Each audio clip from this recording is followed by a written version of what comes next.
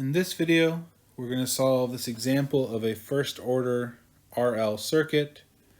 It's a little bit more challenging because we have two different sources involved, but we're still going to follow the same process of looking at before the switch happens, after the switch happens, and as you go to infinity time.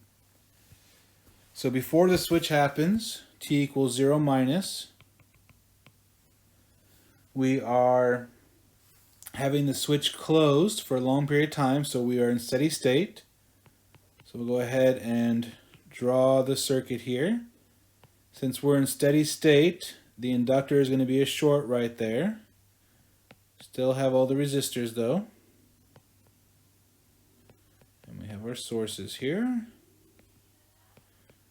So what we need to do is we need to figure out the current through the inductor at 0 minus. That's the only thing we know is going to guarantee to stay the same between before the switch to after the switch. We can probably go ahead and use node voltage here. I'll call this voltage V. So I'd have V minus 12 over 2 is the current going left. V minus a negative 4 over 2 is the current going down, right? Because if this is ground 0, then that part right there is at negative 4 volts. And then finally, the current going right is going to be V minus 0 over 2. We can clear out the denominator here. And then we're going to get V plus V plus V is 3V. Minus 12 plus 4 is minus 8. Move it over is 8 here. So V is going to be 8/3 volts. And if I then want to find my current going through there by Ohm's law, IL of 0 minus is the voltage over the resistance there, 2. So it's going to be 4/3 amps. That's our initial current through the inductor. If we then go ahead and look at 0 plus here, now the switch has happened. It's now open. Now when this switch opens, there's no longer a connection on that middle part, which means it's not going to be able to have any current going through it.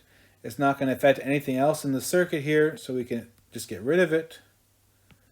We still have this 12-volt source.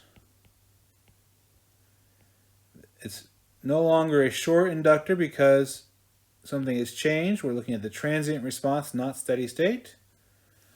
However, we know that the current through it has to stay the same. It's still going to be 4/3 amps. And what we need to do now is we need to find the function we're looking for, V0, right now. Now, since that resistor is in series with the inductor, and we know the current through the inductor, then that's going to be the same current through that resistor. And so the thing we're looking for, V0 of 0 plus, by Ohm's law, multiply them together, we're going to get 8/3 volts. So that gives us the first piece of information we need. Second thing we're going to do is now look at t goes to infinity. So when t is infinity, we will once again be in steady state. So the inductor becomes a short. And in this case, it's just going to be a voltage divider circuit. Since the two resistors are equal, it's just going to be 12 volts here. So now I know that V0 of infinity is 12 volts. And the last thing I need to do is figure out my R Thevenin here. If I look from the point of view of this inductor, those two resistors are in series. So my R Thevenin, 2 plus 2 is 4 ohms.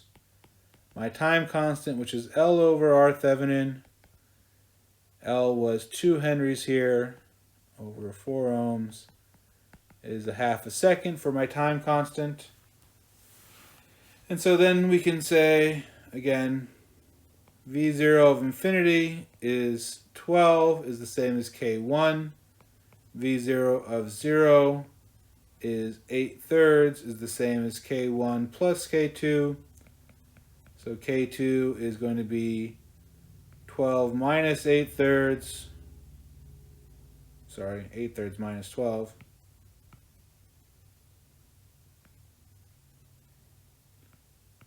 Minus 12. And let's see here, that's 8 minus 36 is minus 28 thirds. So what we're going to then have for our final answer here is V0 of t is K1 plus K2 e to the minus t over tau, and our answer is in volts. So again, we follow our standard process for all first order circuits, put it all together at the end, and write down our solution.